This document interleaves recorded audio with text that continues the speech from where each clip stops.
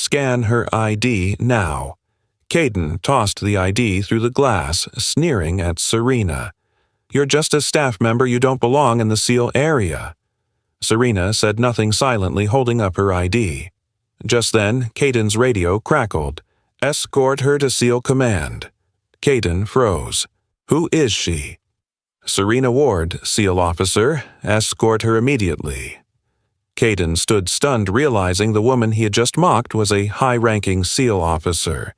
Caden Mills, 30 years old, built like a linebacker who'd gone soft around the middle, stood there behind the bulletproof glass at the main gate of the SEAL base in Coronado.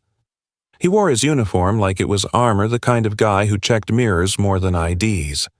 His buzz cut was perfect, his boots shined, and his smirk came standard issue. Serena Ward stepped up to the checkpoint in plain jeans, a faded navy hoodie, and scuffed sneakers. No makeup. Hair pulled back in a simple ponytail. She looked like someone who'd wandered off a college campus, not someone who belonged anywhere near this place. Caden took one look and decided she was beneath him. Caden, behind the glass, felt a surge of proprietary irritation. The gate was his domain, and this woman was a deviation from the pattern. His initial assessment, low rank, zero importance, was immediately confirmed by her lack of visible military bearing. He saw her as an administrative intrusion, a piece of paperwork that needed to be processed and dismissed so he could return to the important business of looking important. Internally, he needed her to display some level of awkwardness or apology for taking up his time. The silence and steady gaze were actively aggressive to his brittle sense of status, fueling the need to enforce the hierarchy he felt entitled to occupy. He scanned her ID slow, dragging it out, then slid it back through the slot with 2 fingers like it might be dirty. Support staff, he muttered loud enough for the Marine on duty to hear. You're lost, sweetheart. Mess hall's that way. He pointed west toward the enlisted dining facility, his voice dripping with fake helpfulness. Serena didn't flinch. She just waited, hands loose at her sides, eyes steady on the glass between them. A young petty officer standing a few yards away waiting for his own clearance shifted his weight uncomfortably, recognizing the familiar heavy scent of Caden's arrogance. He knew Caden thrived on these small moments of undisputed, low-level power. The ID check was Caden's throne, and he used it to humble anyone who didn't fit his internal rigid picture of importance. The petty officer saw how Serena didn't even drop her gaze, her face utterly expressionless, which paradoxically seemed to agitate Caden more than any verbal challenge could have. It was the absolute absence of a reaction. No blush, no anger, no apology for existing that made Caden inflate his authority further, needing to elicit some sign of deference or submission. The witness felt a cold premonition, the kind of stillness before a lightning strike, knowing Caden had just pressed someone far beyond the usual base tourist. Caden, irritated by her unnerving calm, decided to draw the moment out further. He tapped a finger against the glass, making a sharp, grating sound. "You've been moving too fast," he stated, though she hadn't moved at all. "Step back and place that bag, the duffel on your shoulder, on the inspection tray. Standard procedure for support personnel who appear unfamiliar with the base layout. We can't have unauthorized gear wandering into sensitive areas." It was a lie, a manufactured roadblock built purely on spite, intended to force her hands out of her pockets and make her physically work to satisfy his petty demand. The sheer waste of effort and the deliberate public shaming were the entire point. Serena simply met his eyes, unzipped the duffel with one hand and placed it on the tray without a word, her movements economical and precise, refusing to grant him the satisfaction of her agitation. The brief silence that followed the bag inspection, a tension so thick it seemed to vibrate the bulletproof glass, was suddenly punctuated by a distant but distinct change in the base's regular rhythm. A platoon of PT runners mid-cadence chant just moments before suddenly fell out of sync, their shouts dissolving into confused mutters as they rounded the corner toward the gate. A delivery truck driver idling 20 yards away cut his engine abruptly. It was a subtle, collective atmospheric pressure drop, a recognition that the communication network, the invisible nervous system of the base, had just prioritized a non-emergency high-command transmission over all routine noise. The world around the checkpoint seemed to pause, waiting for the consequence of the simple stalled ID exchange. The radio crackled again, louder this time. Mills acknowledge. Escort Ms. Ward to command. Now. Caden's hand froze on the microphone.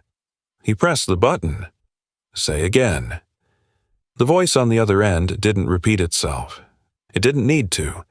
Caden's face went from smug to pale in half a second. He looked at Serena like she'd grown a second head. She hadn't moved, hadn't spoken, just stood there, calm as sunrise. Caden fumbled with the gate release, the heavy metal door buzzing open too loud in the morning quiet. He stepped out, trying to recover, straightening his shoulders. Ma'am, this way?" Serena walked past him without a glance. Her sneakers made no sound on the concrete.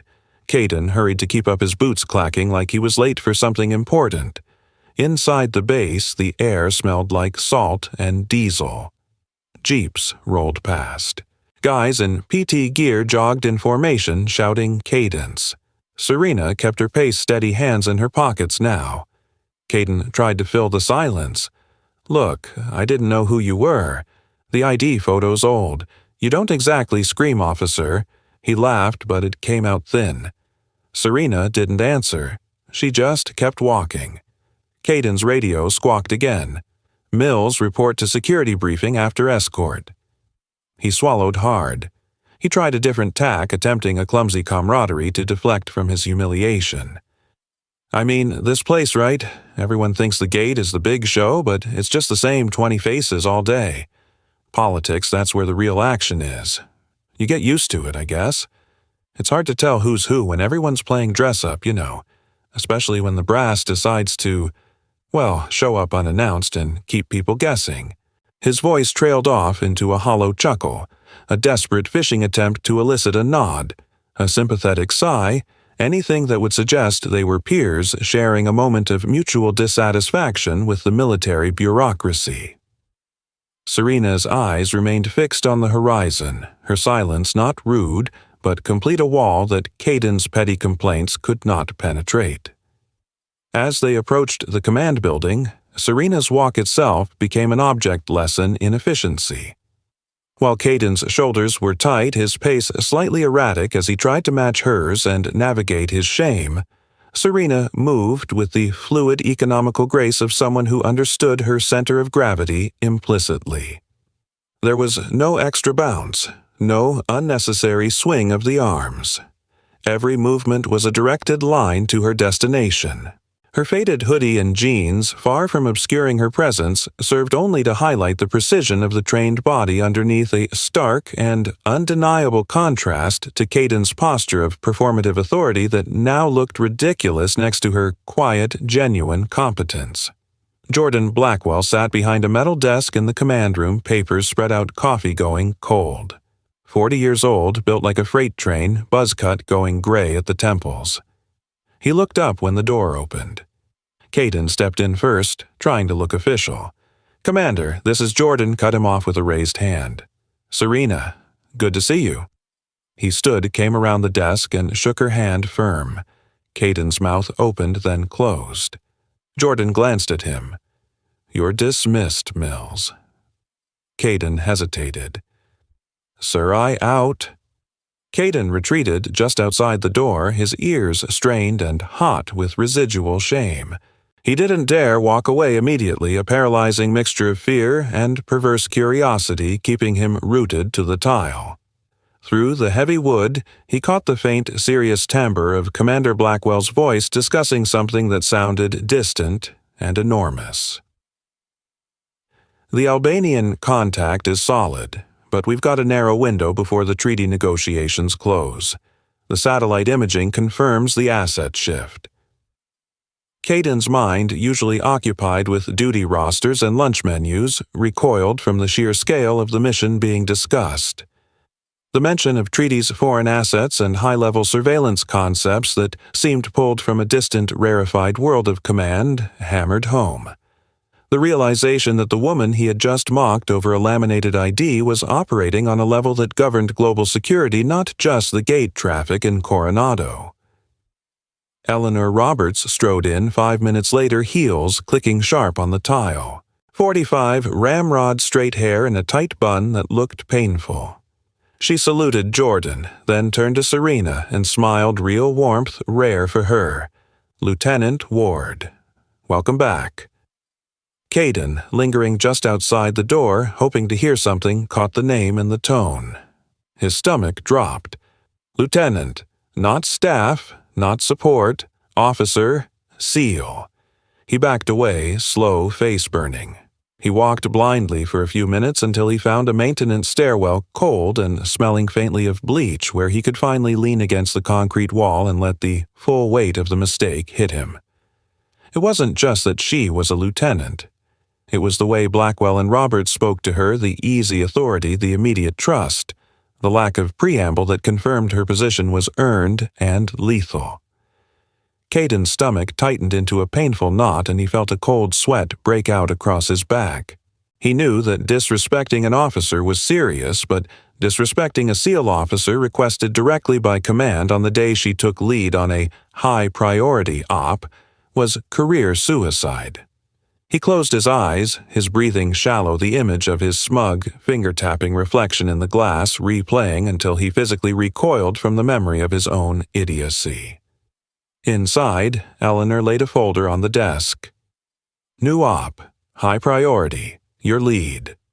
Serena opened the folder, scanned the first page, nodded. Jordan watched her respectful. No jokes, no side-eye, just business. Word spread fast on base. By lunch, the gate guards were whispering. Caden sat in the security shack replaying the morning in his head. He'd called her sweetheart, told her she didn't belong. The guys he bragged to earlier avoided his eyes now. One of them, a young corporal, muttered, "Dude, you messed up." In the logistics and administration offices, where petty gossip usually focused on paperwork errors or shift changes, the revelation of Serena's identity sparked a sudden, chilling consensus. The supply officers, who typically viewed the gate guards with a mixture of boredom and impatience, exchanged glances heavy with schadenfreude. "Mills thought he was sorting out a lost intern," commented one, pushing a stack of manifests aside. "He just tried to send a lieutenant commander to the chow line, a SEAL one at that." The power shift was palpable. The casual dismissal of support personnel was Caden's signature move, and now the entire base, especially the non-combat staff who were often the target of his microaggressions, saw the swift and brutal comeuppance. The story quickly morphed from an embarrassing mistake into a powerful morality tale about misplaced arrogance. Caden didn't answer. He just stared at the monitor, watching Serena walk across the courtyard with Eleanor. She moved like she owned the ground under her feet. No swagger, just certainty. Caden's radio buzzed again. "Mills, report to Captain Roberts. Now." He stood up too fast, chair rolling back into the wall. Eleanor's office was smaller, colder. She sat behind her desk, hands folded. "Sit." Caden sat. She didn't offer coffee. "You disrespected a superior officer this morning?" Caden opened his mouth. She raised a hand. "Don't. Lieutenant Ward is here to evaluate team readiness. She outranks you by a mile. Your job was to scan and clear, not judge." Eleanor leaned forward, her voice dropping to a low, cutting monotone that was far more effective than shouting. "Your failure. Mills wasn't just in failing to read a rank. Your failure was in making a critical operational judgment based on superficial packaging. A gate guard is the first line of defense. Your job is to assess threat and authorization, not personal aesthetics or perceived social standing. By dismissing a superior officer, an unknown variable because she didn't scream officer, you demonstrated a catastrophic lack of professional discipline. In this command, we do not have the luxury of judging competence by clothing. The enemy never wears a neon sign. She paused, letting the intellectual weight of the accusation settle. That kind of casual prejudice is a weakness that can get people killed. Do you understand the scope of that? Caden nodded, throat dry. Yes, ma'am. Eleanor leaned forward. You'll assist her briefing tomorrow. You'll speak when spoken to. You'll keep your opinions off your face. Clear, clear. She dismissed him with a flick of her wrist. Caden walked out feeling smaller than when he walked in. Serena spent the afternoon in the ops room, maps spread out, markers in hand. She was working through a multi-point insertion sequence for the upcoming mission cross-referencing tidal charts with satellite delay projections. At one point, a newly assigned ensign was struggling to correctly calculate the fuel consumption profile for a modified Zodiac craft, staring blankly at a complex equation on the whiteboard involving weight-to-thrust ratios. Without looking up from her primary data sheets, Serena reached out, picked up a blue marker, and with a swift, clean stroke added a single variable adjustment and a correction to the final number. The ensign stared at the corrected figure, then checked his calculator only to find Serena's instantly derived answer was accurate to the 4th decimal place. He erased his work in silent awe, realizing he was watching a mind that processed logistics at a level far beyond his training. Theo Foster leaned against the wall, arms crossed, watching her work. 33, lean and quiet, the kind of guy who noticed everything. He'd served with Serena before, knew what she could do. He didn't say much, just handed her a fresh marker when hers dried out. She nodded, thanks. Their eyes met briefly as Caden entered the room to set up the comms equipment as ordered. In that single, fleeting exchange, Theo gave a near imperceptible tilt of his head toward Caden, and Serena responded with an equally brief, sharp flicker of acknowledgement. There were no words, but the silent communication was perfectly clear. He's here. He's the one. Serena's look back communicated, noted. He's a new asset, Theo. Watch how he handles the pressure. It was a shared, strategic assessment that completely bypassed Caden, yet involved his future, confirming that her decision to put him on the briefing roster was not just disciplinary, but a calculated test of his adaptability and focus. No chit-chat. No need. Jordan came in later, asked questions, listened to her answers. No mansplaining. No second-guessing. Just respect. Outside, the sun dropped low over the water, turning the bay gold. Serena closed the folder, stood up. We start at 500. Theo pushed off the wall. I'll wake the team. She nodded and left. Caden showed up early the next morning, uniform-pressed boots shining again. He stood at the back of the briefing room, hands behind his back. Serena walked in wearing the same hoodie, same jeans. No rank on her chest, no patches, just presence. The room went quiet. She didn't wait for silence. She started talking low, clear, no wasted words. Mission details, insertion points, exfil routes. Every man in the room leaned forward.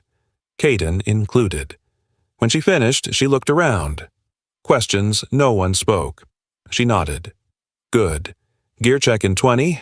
Then she looked right at Caden. Mills. You're on comms relay. Stay sharp. He nodded fast. Yes, ma'am. The team moved out at dawn. Serena led from the front, no hesitation. Theo brought up the rear. Caden stayed in the command truck headset on relaying coordinates.